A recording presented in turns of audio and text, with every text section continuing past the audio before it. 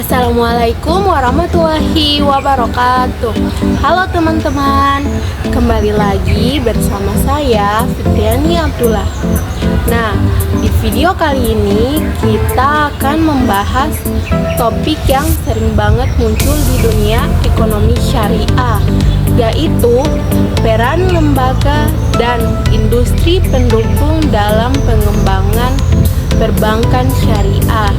Pertama kita masuk pada pendahuluan. Baik teman-teman, sebelum kita masuk lebih dalam ke pembahasan peran masing-masing lembaga dan industri pendukung, kita mulai dulu dari pendahuluannya ya teman-teman. Dalam perkembangan perbankan syariah, lembaga dan industri pendukung itu mempunyai peran yang tidak bisa dianggap remeh. Mereka bukan cuma pihak luar yang bantu sesekali, tapi bagian integral yang menentukan seberapa kuat dan sehatnya sistem perbankan syariah itu sendiri.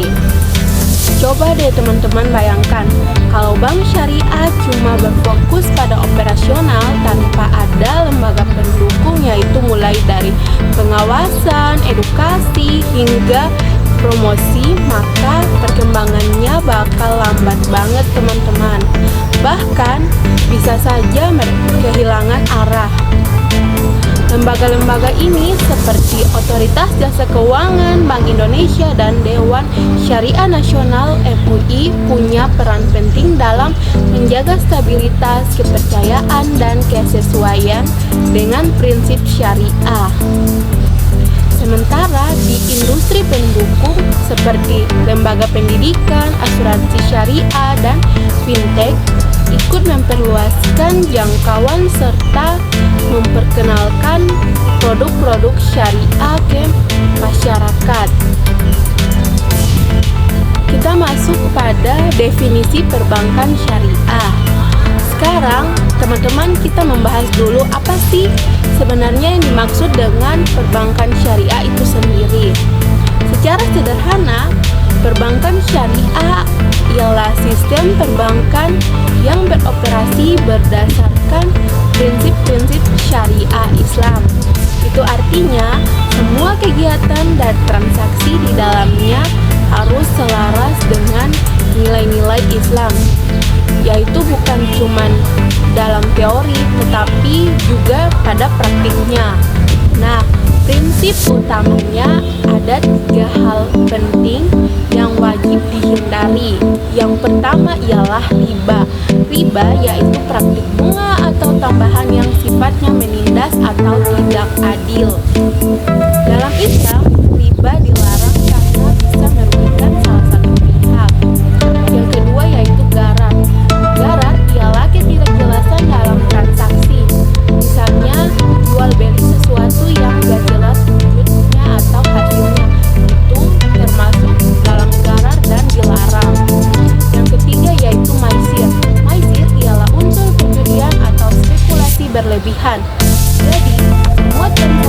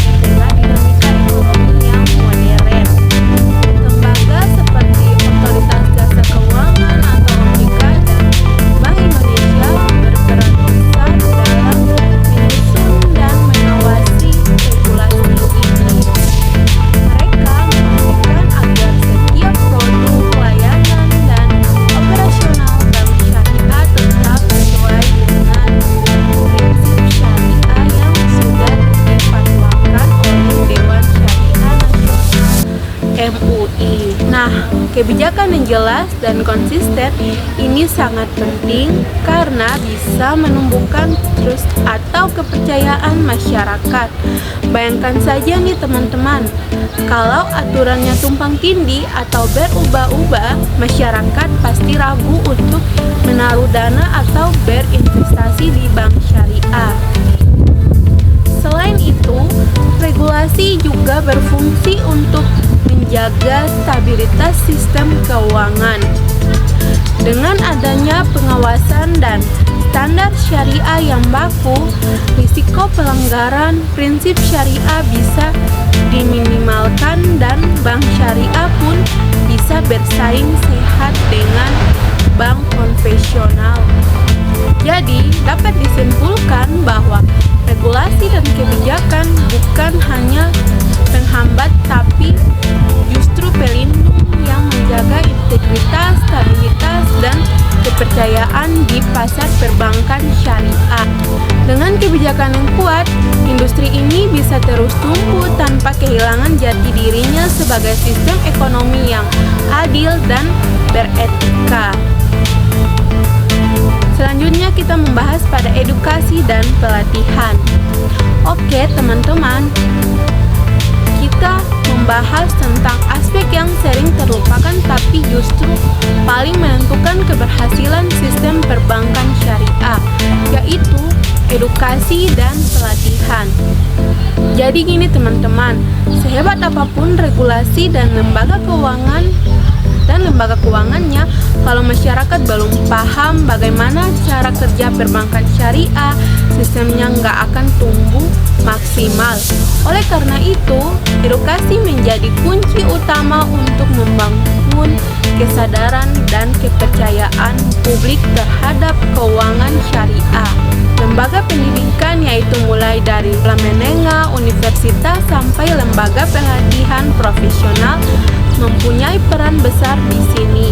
Mereka menyediakan program studi ekonomi dan keuangan syariah, seminar hingga sertifikasi profesional yang membekali individu dengan pengetahuan praktis tentang produk dan layanan syariah.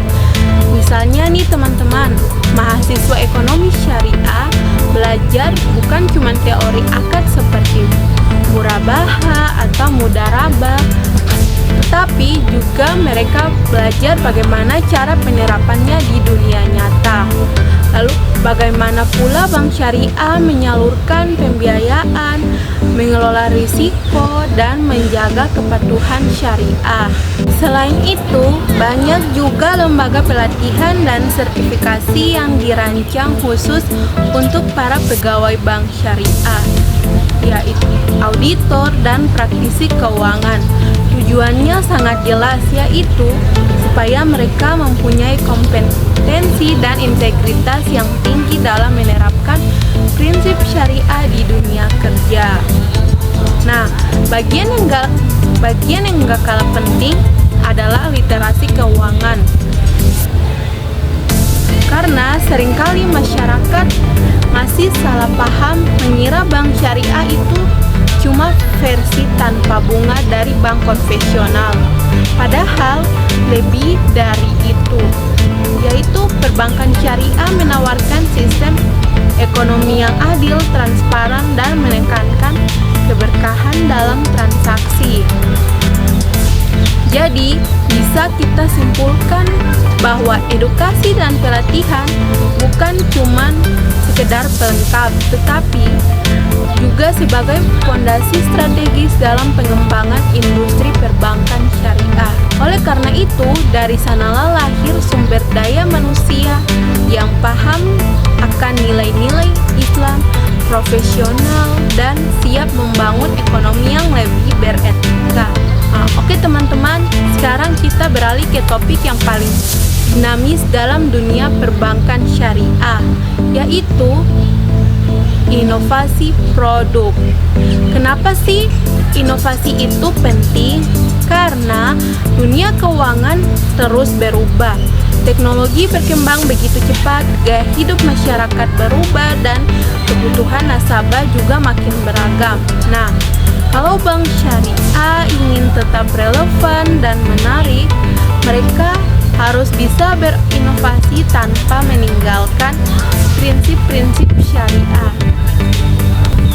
Dalam konteks ini, inovasi produk berarti menciptakan layanan dan instrumen keuangan baru yang tetap halal tapi juga praktis, modern, dan kompetitif.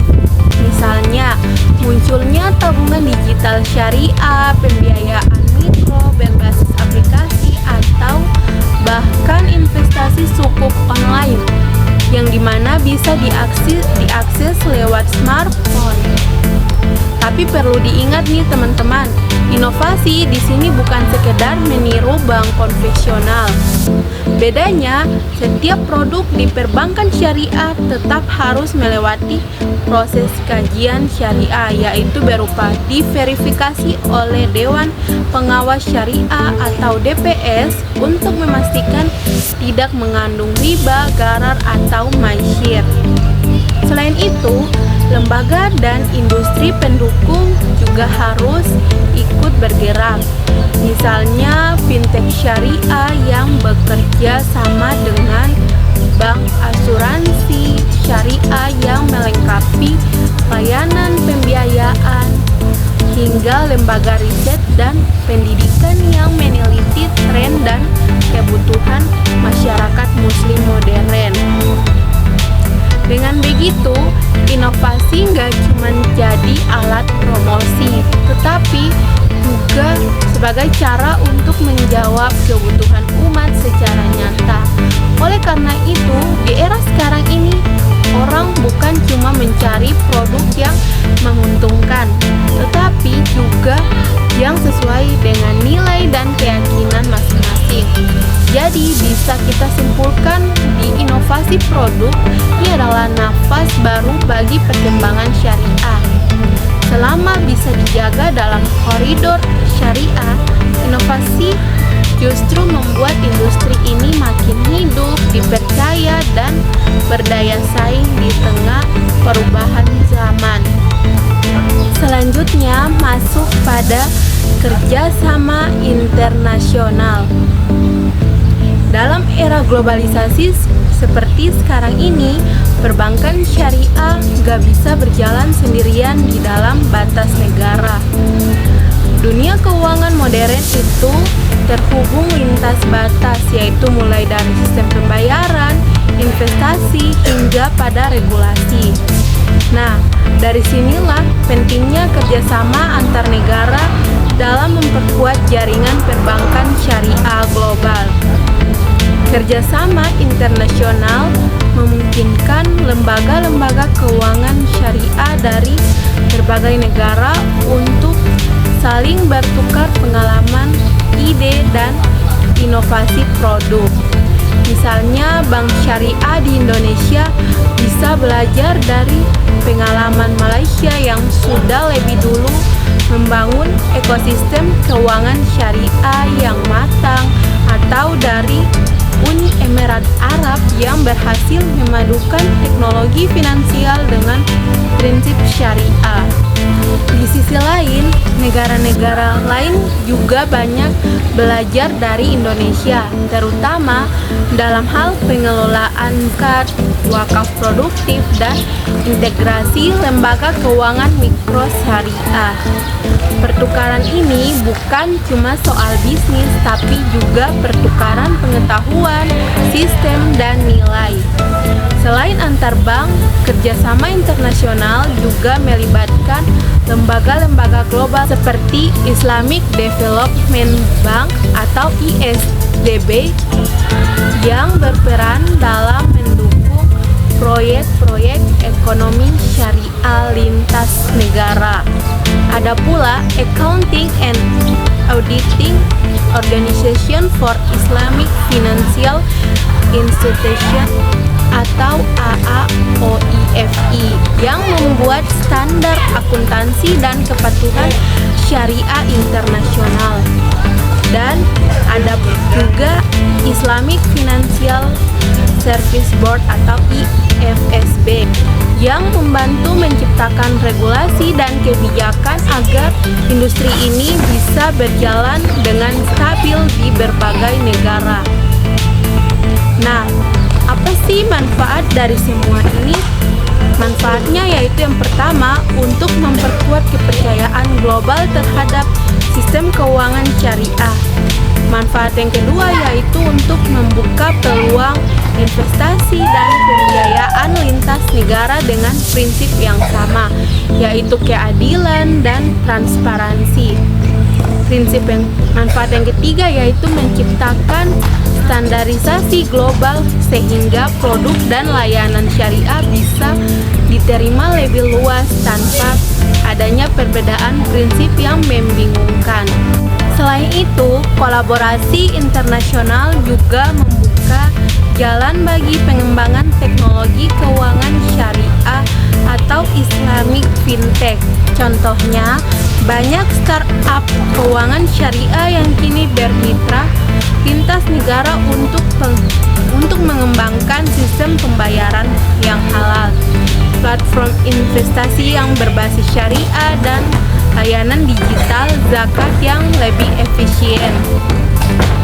Tapi tentu saja kerjasama ini juga mempunyai banyak tantangan. Misalnya perbedaan regulasi antar negara, perbedaan interpretasi hukum syariah, atau perbedaan tingkat kemajuan industri keuangan di masing-masing wilayah. Namun, justru disinilah kekuatannya, karena melalui dialog dan pertukaran pengetahuan, setiap negara bisa saling melengkapi dan memperkuat. Jadi, kalau kita simpulkan, kerjasama internasional bukan hanya sekedar hubungan antar bank, tetapi bentuk nyata dari ukhuwah ekonomi Islam di tingkat global. Dengan kolaborasi yang kuat, perbankan syariah bisa berkembang bukan hanya sebagai sistem keuangan alternatif, tetapi sebagai model keuangan etis dan berkelanjutan yang bisa menjadi solusi bagi dunia modern ini. Setiap negara, bahkan kadang setiap lembaga, mempunyai interpretasi dan pendekatan berbeda terhadap prinsip syariah. Akibatnya, produk dan layanan antar bank syariah belum sepenuhnya seragam. Oleh karena itu, ini perlu diselesaikan lewat dialog, koordinasi, dan penguatan lembaga internasional seperti AAOFI dan IFSB yang membantu menyiapkan pedoman global. Selain itu, kita juga nggak bisa menutup mata terhadap tantangan digitalisasi. Dunia perbankan sekarang bergerak cepat ke arah layanan digital, mulai dari mobile banking, e-wallet, sampai ke blockchain. Kalau bank syariah tidak segera memperkuat digital presence-nya, maka ia akan tertinggal dari tren keuangan modern. Nah, menghadapi semua itu tentu nggak bisa dilakukan sendirian. Lembaga keuangan, regulator, dan industri pendukung harus bekerja sama, berkolaborasi untuk diperlukan bukan hanya untuk memperluas akses layanan syariah, tapi juga untuk membangun sistem yang lebih inklusif dan mudah dijangkau masyarakat, itu terutama di daerah yang masih minim fasilitas keuangan. Jadi, bisa kita simpulkan bahwa tantangan memang ada, tapi justru disitulah peluang besar terbuka. Karena setiap tantangan dalam industri syariah bukan untuk dihindari, tapi untuk dijawab dengan inovasi, edukasi, dan kolaborasi. Kita masuk pada peran teknologi dalam perbankan syariah. Oke teman-teman, sekarang kita bahas hal yang gak bisa dipisahkan dari kehidupan kita hari ini, yaitu terkait dengan teknologi. Dalam dunia perbankan syariah, teknologi informasi punya peran yang sangat penting. Kenapa demikian? Karena lewat teknologi, sistem keuangan syariah bisa menjangkau masyarakat yang lebih luas, lebih cepat, dan lebih efisien. Dulu, untuk membuka rekening atau mengajukan pembiayaan syariah, kita harus datang ke kantor cabang dan mengisi formulir panjang-panjang. Sekarang, cukup buka aplikasi di smartphone, verifikasi identitas, dan dalam hitungan menit semuanya bisa selesai.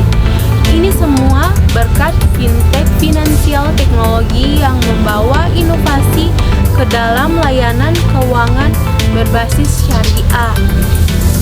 Dengan demikian, dengan adanya fintech syariah, banyak layanan keuangan sekarang bisa diakses tanpa batas geografis, mulai dari pembiayaan mikro, crowdfunding berbasis syariah, investasi halal online, hingga ke zakat dan wakaf digital. Semua itu membuat sistem keuangan syariah menjadi lebih inklusif. Artinya, masyarakat yang sebelumnya sulit menjangkau bank konvensional sekarang punya alternatif yang sesuai prinsip Islam. Selain itu, kerjasama internasional membuka peluang perbankan syariah untuk tumbuh secara global. Melalui kolaborasi antar negara dan lembaga seperti Islamic Development Bank atau ISDB serta IFSB terjadi pertukaran pengalaman, inovasi, dan standarisasi praktik keuangan syariah di tingkat dunia. Hal ini menjadikan perbankan syariah tidak hanya fenomena lokal, tetapi juga bagian dari sistem ekonomi global yang lebih etis dan berkelanjutan. Meskipun begitu, industri ini tetap menghadapi berbagai tantangan, mulai dari rendahnya pemahaman masyarakat, persaingan dengan perbankan konvensional, hingga kebutuhan untuk beradaptasi dengan kemajuan teknologi. Namun, setiap tantangan justru membuka peluang baru untuk memperkuat ekosistem keuangan syariah yang lebih modern. Dari seluruh pembahasan yang telah kita bahas, dapat kita simpulkan bahwa pengembangan perbankan syariah merupakan proses yang kompleks, terintegrasi, dan berkelanjutan. Ia tidak hanya berbicara tentang aspek keuangan semata, tetapi juga tentang nilai, kepercayaan, dan juga sistem ekonomi yang berlandaskan pada prinsip keadilan dan keberkahan. Perbankan syariah beroperasi berdasarkan prinsip-prinsip syariah Islam yang menolak riba, gharar, dan maisir. Prinsip ini menjadikan sistemnya tidak hanya berfokus pada keuntungan, tetapi juga pada keberlanjutan dan etika. Dalam konteks ini, lembaga keuangan seperti bank syariah dan koperasi menjadi aktor utama dalam menjalankan kegiatan ekonomi yang halal dan berkeadilan. Namun, keberhasilan perbankan syariah tidak akan terwujud tanpa dukungan dari berbagai pihak. Disinilah peran lembaga dan industri pendukung menjadi sangat penting. Regulasi dan kebijakan yang ditetapkan oleh otoritas keuangan menjadi fondasi utama dalam menjaga integritas sistem. Kebijakan yang jelas dan berpihak pada prinsip syariah mampu menciptakan iklim keuangan yang sehat, stabil, dan dipercaya masyarakat. Di sisi edukasi dan pelatihan memegang peran strategis dalam meningkatkan pemahaman masyarakat dan kompetensi sumber daya manusia. Literasi keuangan syariah yang baik akan melahirkan masyarakat yang sadar akan nilai kritis terhadap produk keuangan dan semakin percaya pada sistem syariah. Kemudian, inovasi produk dan pemanfaatan teknologi menjadi kunci bagi perbankan syariah untuk tetap relevan di era digital. Dengan hadirnya fintech, AI, dan sistem digital banking, layanan keuangan syariah kini lebih efisien, transparan, dan mudah dijangkau oleh seluruh lapisan masyarakat. Teknologi justru memperkuat prinsip-prinsip syariah seperti keadilan dan